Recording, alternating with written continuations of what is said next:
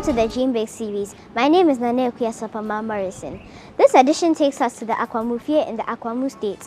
The Akwamu people were warriors in the olden days. I am very excited about being the presenter for this edition of the series.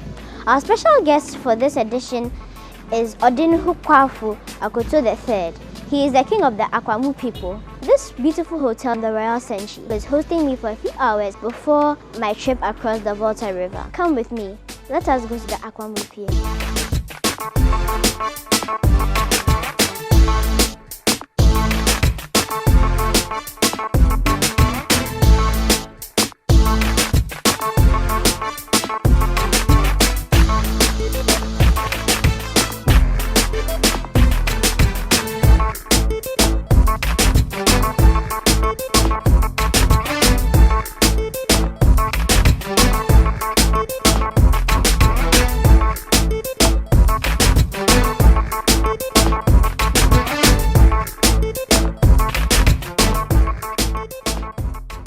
We are at the Bojawe Palace to meet His Royal Majesty. Let us go and meet him. Thank you, His Royal Majesty, for agreeing to talk to the children of Ghana through me. My name is Nanepia. You're welcome. Your Majesty, who are your parents and where were you born? My father's name is Kingsley Abuaji Oredu from Enum. And my mother's name is Christiana Boamajan. Christiana Boamajan, my mom, is the twin sister to the Queen Mother of Akwamu, Nana Afrakuma II. I was born at Koforidua. You have more than 60 divisional and sub-chiefs from more than 46 towns. Can you tell us the roles of these divisional and sub-chiefs? The Akwamu paramountcy, or let me say the Akwamu traditional area, like other administrative setups, we have 5 pillars that makes Akwamu. I mean, the Osumenyawa, that's the Mankrado division, the Adontin division, the Nifan division, and the Benkum division, Chidom division. These are the 5 pillars of Akwamu. And these 5 pillars are my cabinet members. When we meet, this is where our decisions are made. I rule through them immediately. Under these divisions, we have sub-chiefs, Edikrofo, and other appointed chiefs that rule through them to me. That is how the Akwamu setup is. The Akwamu was the first administrative setup that devised the Kronti, the Osumenyawa, the Chidom, the Adontin, the Nifa, and the Benkum wings. Other paramouncies adopted them. In short, the 5 divisions are my core management group. All the other chiefs and the Dikrofo comes under these divisions. And that is how information is passed down. Who are the Akwamu people? The Akwamus migrated from the old Ghana Empire. I think somewhere around the 12th century, we migrated to the Corn Mountains, as present Côte d'Ivoire. And somewhere around 1500, we found ourselves in Chifuhimai, as in the central region. And by the 1600s, we were in Yanawase. That's Yanawase, somewhere around in Samom and the Kwapi Mountains. That was where the Akwamus really settled for a long time. The Akwamu people originally were mainly the Aduana people until other clans came together to join the Aduanas. The Akwamus are known best in Ghana for their prowess in the ancient days. You know, you cannot write the history of Ghana without talking about the Akwamus. Because if you talk about war, the Akwamus. When I talk about the Akwamus, we were best known for our conquest. At Janawase, we were all the way to Asamankase, Akwatia, where Ochima is now, we're all under the Akwamus. Up to the Akwapim Range, Akwapim Mountains, where the Akwamus. It was there that Akwamus devised a lot of political strategies, social strategies, and so on. Most of the Akan customs were originated from Akwamu. The Ujuras, the Akwasidais, all the social functions, most of them had their roots from Akwamu. Some professors and some elites have really described Akwamu as the citadel of Akan tradition. Presently, Akans and non-Akans have adopted a lot of activities from Akwamu. These are the Akwamus for you. Could you please tell us about your emblem? Our emblem is a dog sitting on a stool. The fire in a dog's mouth signifies victory and prowess. It is believed that this dog was the first dog that brought fire to mankind. The spitting fire in the mouth of the dog. So that is the symbol for the Akwamus. And it's the symbol for the Adrianas. Since the Akwamus are led by the Adrianas, it is the symbol of the Adrianas that stands for the Akwamus. What is the Akwamu Palace Fund for?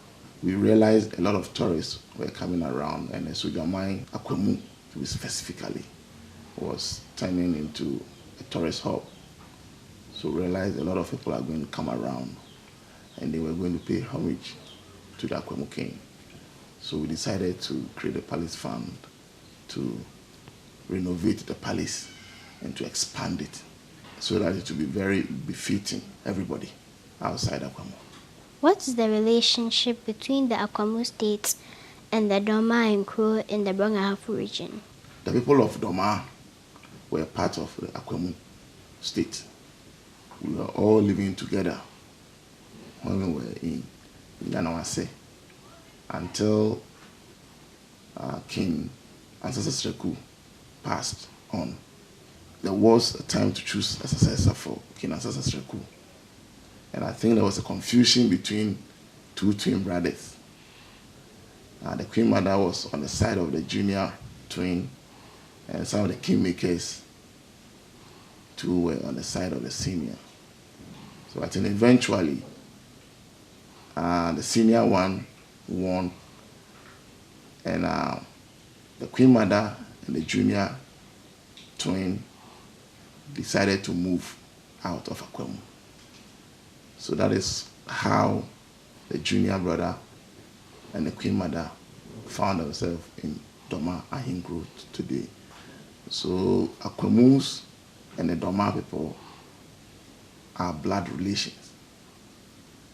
The stool of Akwamu and the stool of Doma are twin. Because the senior twin is sitting on the Akwamu stool and the junior twin is sitting on the Doma stool. In the 1960s, during Kwame Nkrumah's reign, there was a reunion between the Akwamus, led by Odeno Nkofa-Kuto II and Osajefo Ajimabedu the first. There was a treaty between the Akwamus and the Domas to intermarry, to do things together. So as you can see, the people of Akwamu and Doma, we are one. Nothing can separate us again. We are one people. How is your typical week like, Nana? Very hectic. Akwamu has been without a substantive paramount chief for a long time. So when I was enthroned, there was a lot of things to do. Me and my chiefs are always at work. We are always doing things to make sure we bring Akwamu State back to its original state.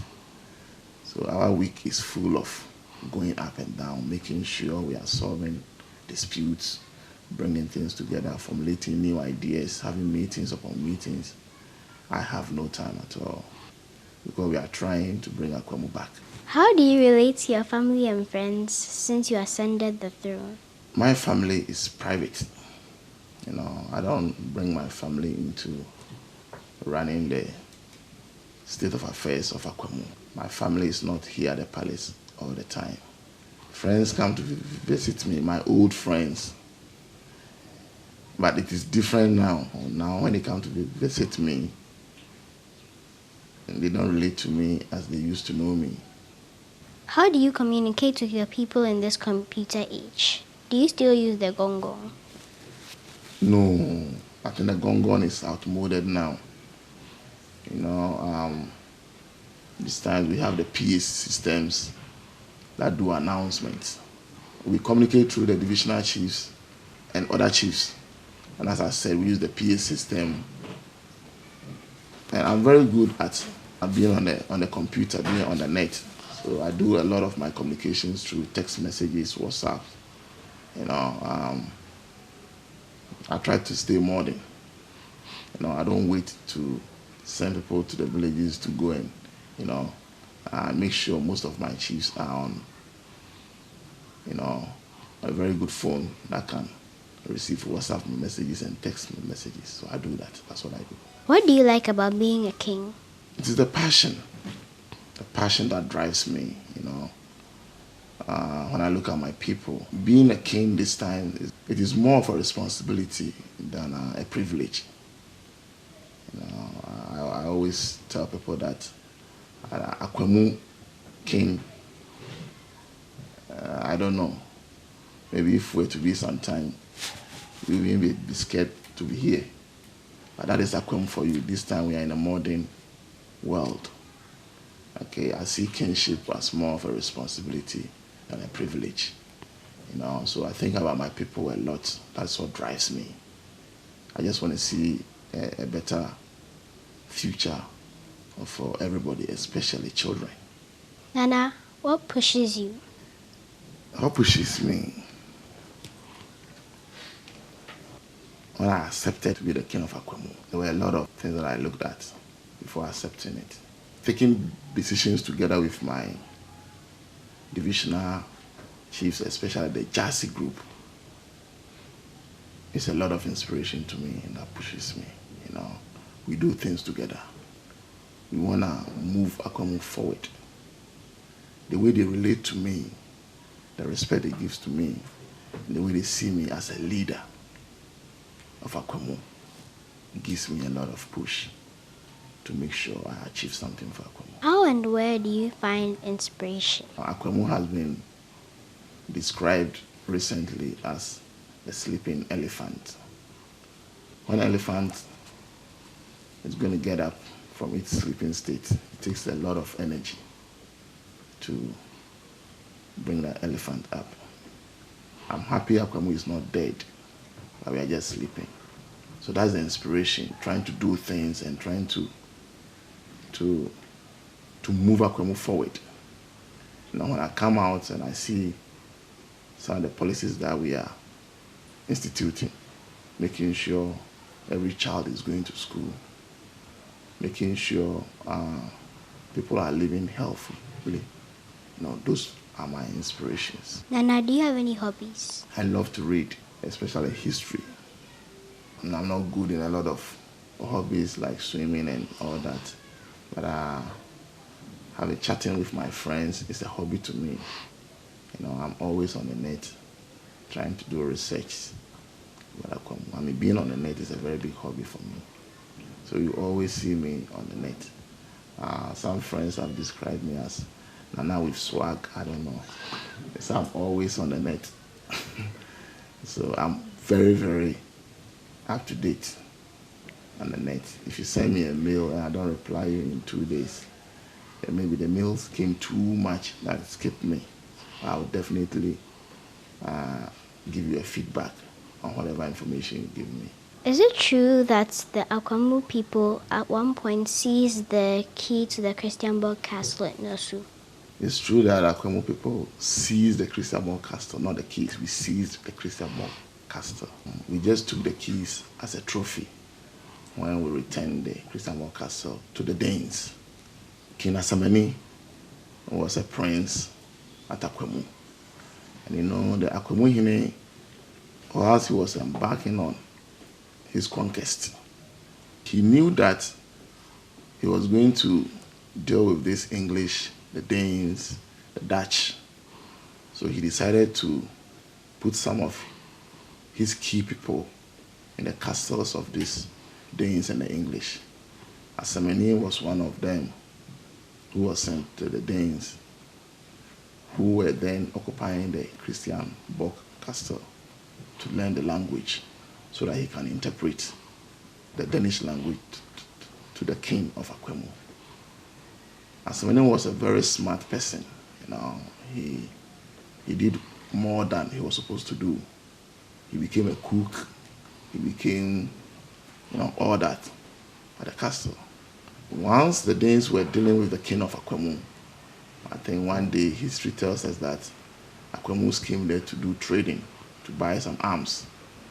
And Asamani cunningly was able to tell the Danes that they should give them some of the bullets and the guns so that they can try, so that he was able to convince them. And history tells us that cunningly, after getting this item, they turned the guns on the Danes and drove them out. That was 1693. Asamani, after that, captured the Christian castle, stayed there and ruled there as a governor for the king of Akwamu.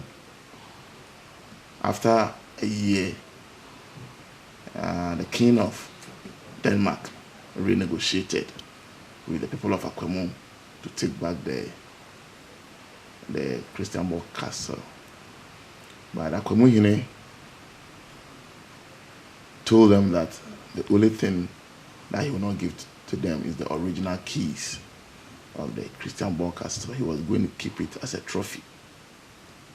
So we have it here today. Please describe in one brief sentence a better world for children. I want eradication of illiteracy from the world of children. Every child should be knowledgeable, should be very healthy, should be very independent. I hate to see children who are timid, especially Ghanaian children. At times it's just lack of education. I always imagine a world of children that is full of education, a lot of knowledge. That is why in Akwamu, I'm making sure every child is going to school.